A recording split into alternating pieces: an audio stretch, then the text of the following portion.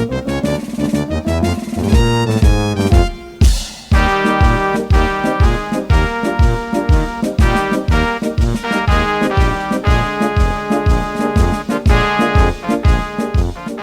ngayon, mga giliw naming tagapakinig, narito na ang pang-apat na kabanata ng ating kwento na pinamagatang Wanted sa pakikipagsapalaran ni Kapitan Karyong! Pare Bunjing, matagal pa ba yung ginagawa mo? Oo pare, napakahipi ng pagkakakabi ng gulong ng sasagyang ito. Bilisan mo naman, baka biglang lumabas ang may-ari niyan. Mahipi talaga pare. Ayan, nakalas ko na pare. Sige, kunin pa natin yung isa para tigisa tayo. Oo, At pare. makakapera na naman tayo. Nako, mahipi talaga pare. Bilisan mo, pare Bunjing. Grabe. Papatay-batay dyan. Sobrang hipi nito pare isa, hindi ko kakaya nito, pagod na ako. Daldal ka ng daldal kasi, bilisan mo na. Oo. Nadulas ang jack. Nadanggalan ako pare. Santo pa sa ilog ko. Napisa yata. Pare Bunjing. Pare, tulungan mo ako. Aray. Dalihan mo. Sige, jaja ko ulit. Sige. Aray ko. Nadurog yata ilog ko. Aray. Tingnan mo nga pare kung nadurog. Aray ko. Hindi pa ako nakapag-asawa. Baka mababaog na ako nito. Sino diyan na doon? Pare, alam mo ng mga tao. Tumayo ka na dyan. Alam mo yan tayo dito. Dali mo. Bye! Hintay mo ako! Pare!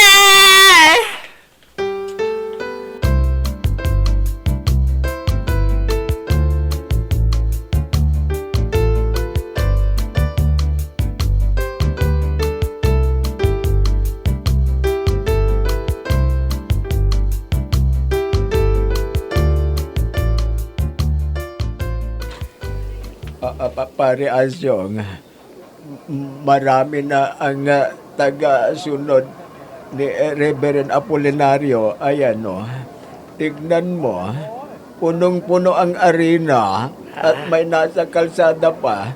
Yung iba nagdala na lang ng sariling upuan. Oo pare, pati yung mga taga-ibang probinsya dumadayo rito para makinig lang ng mga paliwanag niya tungkol sa Diyos. Oo, pare. Kuwan, pati yung mga ibang reliyon na nandito na rin. Oo nga pare. Araw-araw dumaraming mga umaanib. Kaya may naisip ako pare. Ano yung naisip mo, pare? Ano kaya kung maglibo tayo ng supot? Para sa love offering, pare. Love offering, pare. Oo. Tulad ng ginagawa ng ibang sikta. Oo, pare. Nako, sayang din yung makukulikta natin Nako.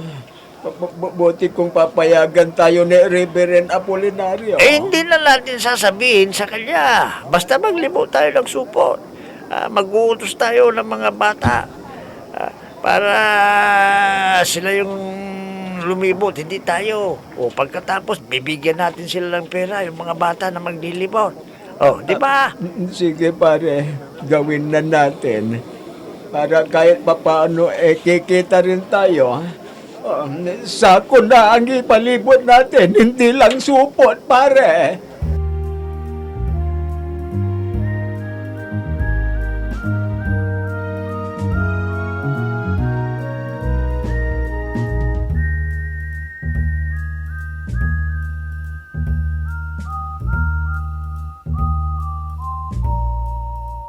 Ay, salamat, Bebang. Dahil dinabayan mo ko sa problema ko. At salamat sa inilabas mong libreng pulutan. Ang sarap. Kakaibang lasa. Alam mo naman, mahal na mahal kita, Ate Punyang. Nagbabahalan tayo, nagdadamayan, di ba? Oo, Bebang. Dati si Kumari Angheleng ang nilalapitan ko kapag may problema ka. Ngayon, ikaw na ang lalapitan ko kapag may problema ako. Oo naman. Ang magkaibigan, dapat magdamayan. Oo, Bebang. Ang mabubuting kaibigan ay may magandang impluensya sa isa't isa. Tama ka Ay, Tita dyan. Bibang! Bakit ninyo sinaradong tindahan? Pasensya ka na, Darwin. Ha? Nagiinuman kami kasi ni Ate Punyang. Baka hanapin mo yung dilata dyan sa cabinet. Kinuha ko, pinulutan namin yan. Punyang. Anong dilata na sinasabi mo, tita? Ay, matagal lang yan sa cabinet. Matagal na yun, di ba? Pero hindi pa naman expire, kaya pinulutan namin. Sayang naman. Naku, Tita Bibang, patay. Sinong namatay?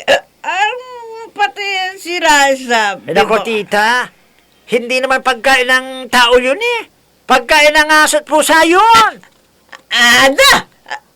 Pagkain ng aso at pusa yung napulutan namin. Oo, tita. Ay, naku, ano ba naman kayo? Pati dog phone, pinulutan ninyo.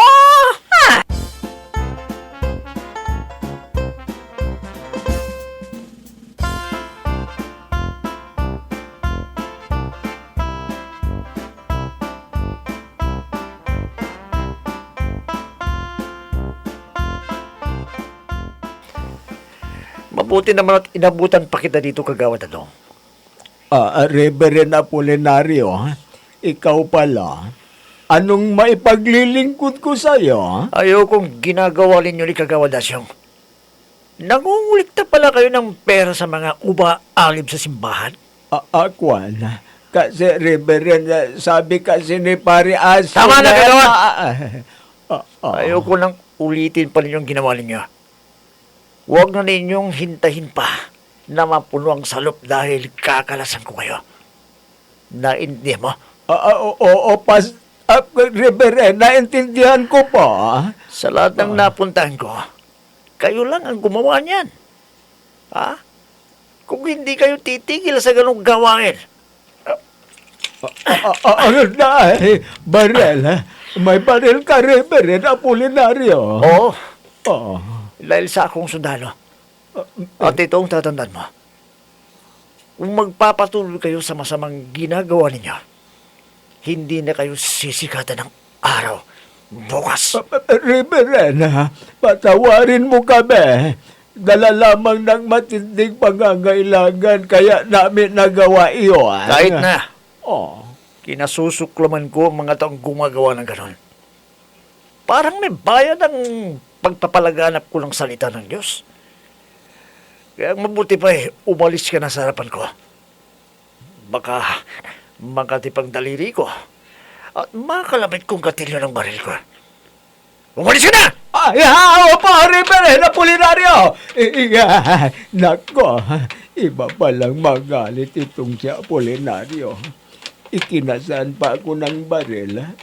Delikado ito. Sinabi ko na nga ba kayo, Pari Asyong Ipinilit niyang mangulikta kami. Nako, nagalit tuloy sa amin si Reverend. Kailangan makausap ko kaagad si Pari Asyong.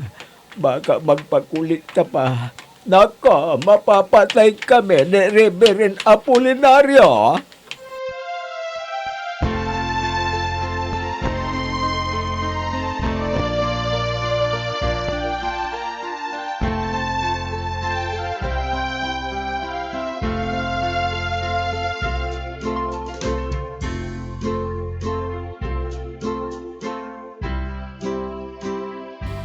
Ngayon, umalis na naman si Reverend Apolinario at kasama si Melinda. Lagi na lang ang Melindang sinasama sa lakad niya. Veronica! Veronica! Oh, Ren, bakit? Ano nangyari sa'yo? Para kang hinahabol ng 10 milyong rapist ay reward. Anong nangyari sa'yo, ha? Friend, may nakita ko at hindi ko inaasahang ganun pala siya. Ha? Ano yung nakita mo, Pining? Ano? Kanina, habang nandun ako sa dome at nagwawalis, nakita kong nilapitan ni Reverend Apolinario si Kagawad Adong. At maya-maya, nakita kong naglabas ng baril. Ano? Naglabas ng baril si Kagawad Adong? Bakit naman siya naglabas ng baril? Ano bang nangyari? Hindi si Kagawad Adong ang naglabas ng baril, kundi si Reverend Apolinario. Galit na galit siya kina Kagawad Adong at Kagawad Asyong. Ha? Bakit? Anong ginawa na naman ng 2 pasaway na kagawad na yon, ha? Ayon sa narinig ko nagalit si Reverend Apolinario dahil sa pangunguliktan nila ng pera. Ayaw pala niya yun. Ano? Sila Kagawad Asyong at Kagawad Adong nangongolekta na naman ng pera? Naku, lagi na lang ginagawa yan, Tulad noon, may nagtayo rin ng isang simbahan dito. Ganyan na naman ang ginawa nila Kagawad Asyong. Pero ang kasama niya noon ay si Kagawad Gusteng, hindi ba? Oo, friend. At alam mo, narinig ko na sundalo pala si Reverend at may rangkong Lieutenant Colonel. Isa rin siyang chaplain na katulad ng nanggaling dito noon. Ano?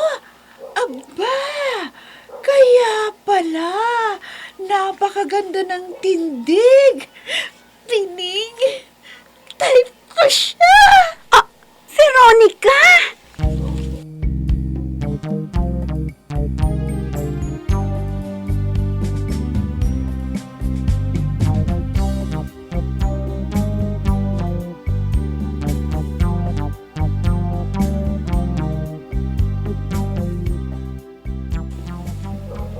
Ayon kay Pining, sundalo raw ang Apolinario na ito. At isa rin daw siyang chaplain.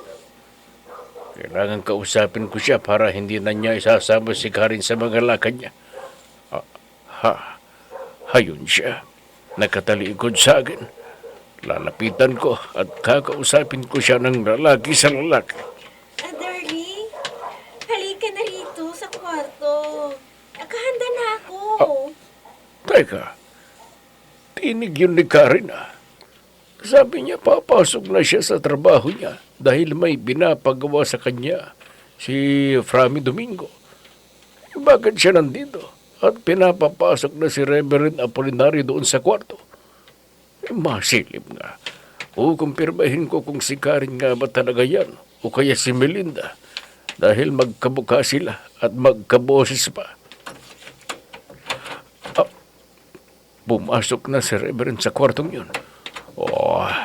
Iba na ito. Siguradong may magaganap ng milagro. Kailangan mahadlangan ko sila sa gagawin nila. Tatadyakan ko ang pinto ng kwarto na yan.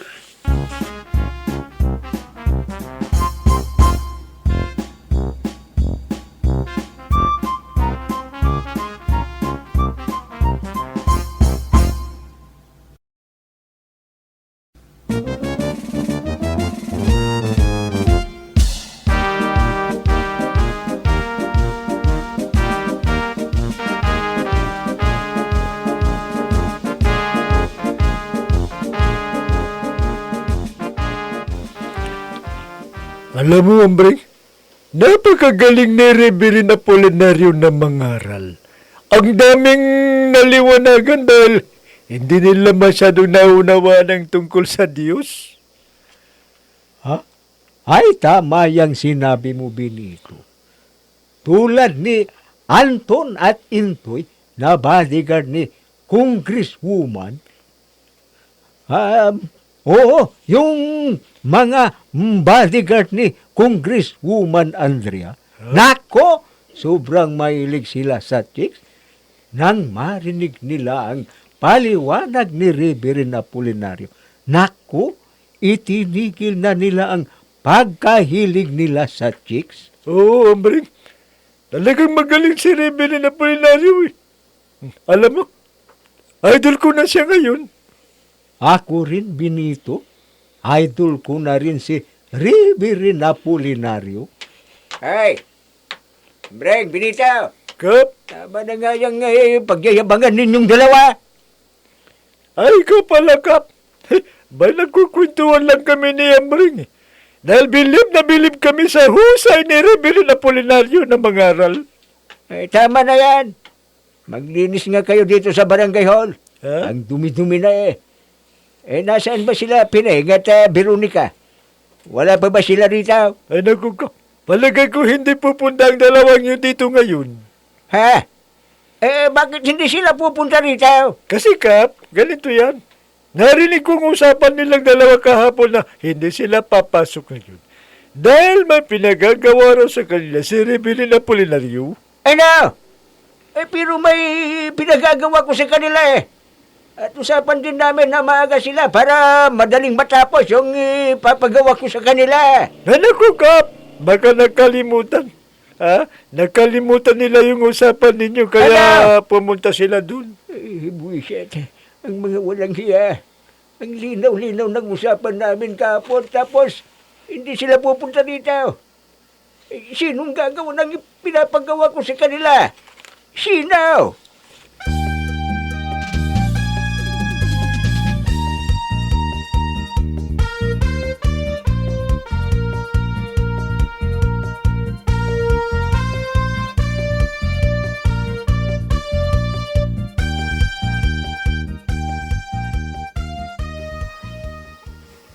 Taksil ka, Karen.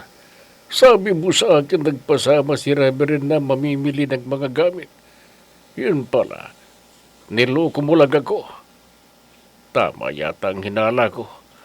May relasyon na sila ng Apolinario na yon. Sayang, bilib na bilib pa naman sana ako sa Reverend Apolinario na yon. Yun pala, pati chicks ko tinalo. Oh, hihintayin kong uuwi ang Karen na yon. Hindi ako magpapahalata na may alam na ako tungkol sa kanilang dalawa. Ayaw kong lulukuhin mo ako, Karen. Ha, nandiyan na sila. Inihatid na ni Apolinario si Karen. Bye-bye, Reverend. Ingat ka ha. May pababay-babay ka pag animal ka. Hi. Honey, nandito na ako. Mabuti naman na nandito ka na, Karen. Mag-usap nga tayo. Honey, pagod na pagod ako. Pagod na pagod dahil galing kayo ni Apolinario sa inn. O, huwag kang magsinungaling. Aba, bakit ako magsisinungaling? Totoo naman na galing kami sa ine. Sabi ni Reverend, masikip, makipot daw. Ano? O, ayan. Inamin mong nag-in kayo at sinabing makipot ka pa at masikip. Anong ibig sabihin yan? Mas malaki ang sa kanya. Ganun ba, Karen? Tanga, hindi kami nagganon, no? Kundi isinama niya ako dahil kinausap namin ang may-ari. Dahil may darating na bisita si Reverend at doon niya patutulugin. Diyan ka na nga. Ang dumi-dumi ng isip mo. Ha? Ganun pala yun. Mali pala ang hinala ko.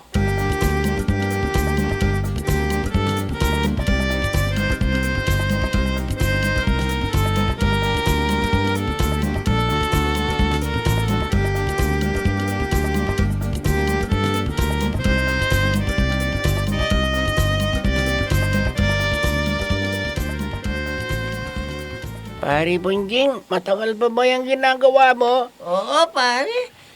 Napakahipi naman ang pagkakakabit nila ng gulong ng sasakyan. Bilisan mo na, baka biglang lumabas ang nagmamay-ari niyan. Ha? Sige, kunin pa natin yung isa para tigisa tayo at magkakapira na tayo. Oh, di ba? Sige, kunin pa natin yung isa pa para tigisa tayo. Oo, pare. Naku, mahipi talaga pare. Ang hipi, may tanggalin. Bilisan mo na, pare Bunjing. Ah. Kung papatay-patay, dalan mo. Sobra talagang binito pare. Parang hindi ko nakakaya nito. Pagod na ako. Paano daldal ka ng daldal kasi? Bilisan mo na. Ay! Naka! Dumulas ang niya, pare. Nadanga na ako. Isa to pa. Isa to sa ilong ko, pare. Napisa yata. Bunjing!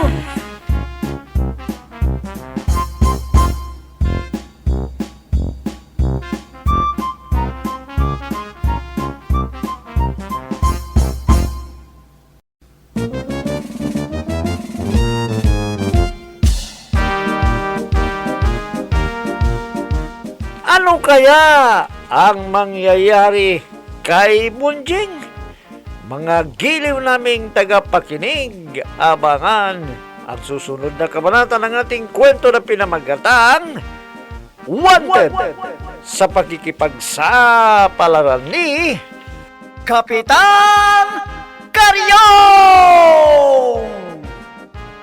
Mga nagbibigay buhay sa ating dula ay sina Mayra Abrihao Narnola, Susan Malikdam, Robert De Guzman, Amit Diaz, Oscar Ora, Jun Cabato, Technical Supervision at sa musika ni Oscar Ora, nilapatan ng tunog ni Robert De Guzman, mula sa panulat at direksyon ni Oscar Ora, Kapitan Karyong!